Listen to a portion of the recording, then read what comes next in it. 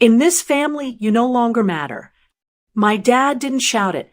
He said it calmly, almost casually, like he was stating a fact that had been obvious for a long time. We were standing in the living room after yet another argument that started over something small and turned into something bigger. My sister had complained that I never help. My mom had nodded along, and my dad delivered the final line like a judge closing a case. I didn't argue. I didn't defend myself. I didn't even react. I just nodded, because in that moment, something very clear clicked inside my head. If I no longer mattered here, then I was free. Hey, if you enjoy my content, please subscribe and hit the bell. Your support means everything and helps me keep creating. Thank you so much. Free from expectations. Free from guilt. Free from trying to prove my worth to people who had already decided I didn't have any. That night, I went to my room and opened my laptop. I looked at my schedule, my commitments, the small things I did daily for the family without thinking, paying bills online, fixing tech issues, running errands, picking up groceries, helping with paperwork, driving my parents to appointments. All the invisible work that nobody noticed because it was always done quietly. I made a decision. I was going to stop. Not angrily, not dramatically, just silently. The next morning, my mom asked if I could pay the electricity bill online. I'm busy, I said calmly. She looked surprised. You always do it. Not today. My sister asked if I could drop her somewhere on my way to work. I have other plans. She frowned. Since when? Since now. I wasn't rude. I wasn't loud.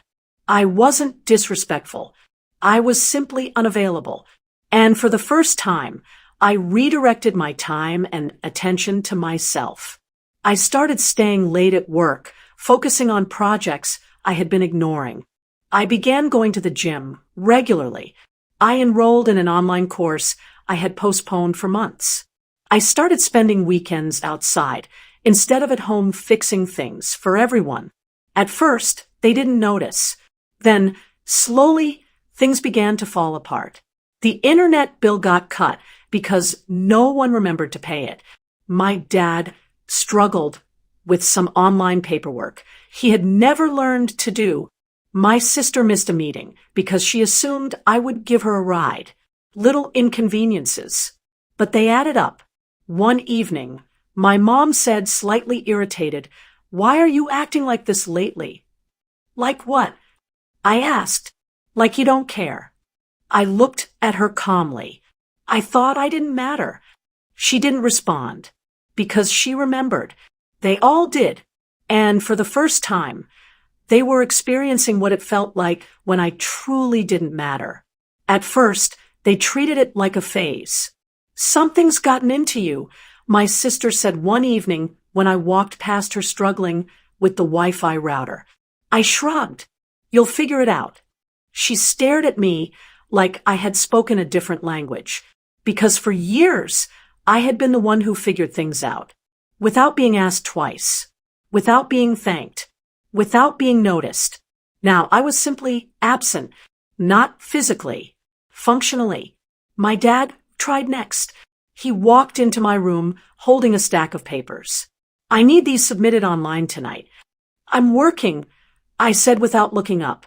He stood there for a few seconds, waiting for me to turn around and take them like I always did. I didn't. You used to handle this, he said.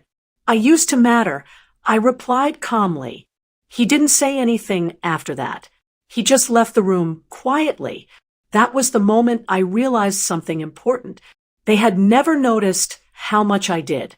They only noticed when I stopped. Days turned into weeks. The house felt different, slower, disorganized. Small problems kept stacking up because no one had the habit of fixing them early. Groceries ran out more often. Bills were paid late. Appointments were missed. My sister started asking neighbors for small favors she used to ask me for. And I kept my distance. I wasn't angry anymore. I wasn't trying to prove anything. I was just investing my energy where it actually returned something to me. Work started going better. My focus improved. I got noticed for projects I had previously rushed because I was always mentally tired from home responsibilities. I started earning more, learning more, sleeping better. One evening, my mom came into my room quietly. "Are you upset with us?" she asked. I looked at her gently. "No." "Then why are you so distant?" I thought for a moment before answering. "I'm not distant. I'm just not available." She sat down on the edge of the bed.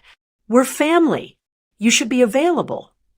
I smiled faintly. I thought I didn't matter here. Her face tightened. "Your dad didn't mean it like that. He said it exactly like that." She had no reply, because deep down, she knew it wasn't the first time they had treated me like an extra person in my own house.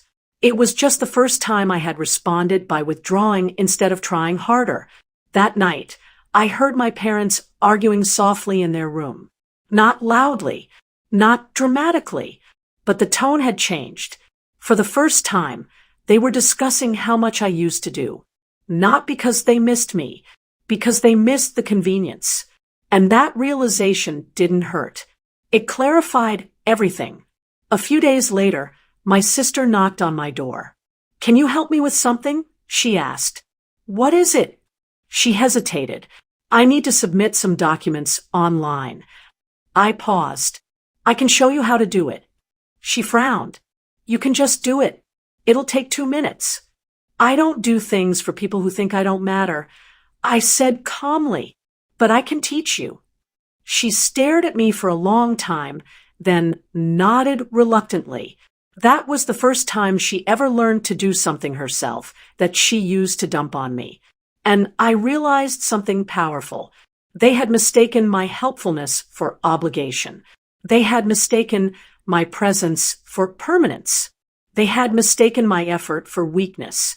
Now, they were slowly realizing none of that was true. I didn't need to shout. I didn't need to fight. All I had to do was redirect my time, my attention, and my energy. And suddenly, they felt the absence of something they never valued when it was there. A month later, my dad called me into the living room. His tone was different, quieter. "We need to talk," he said. I sat down across from him.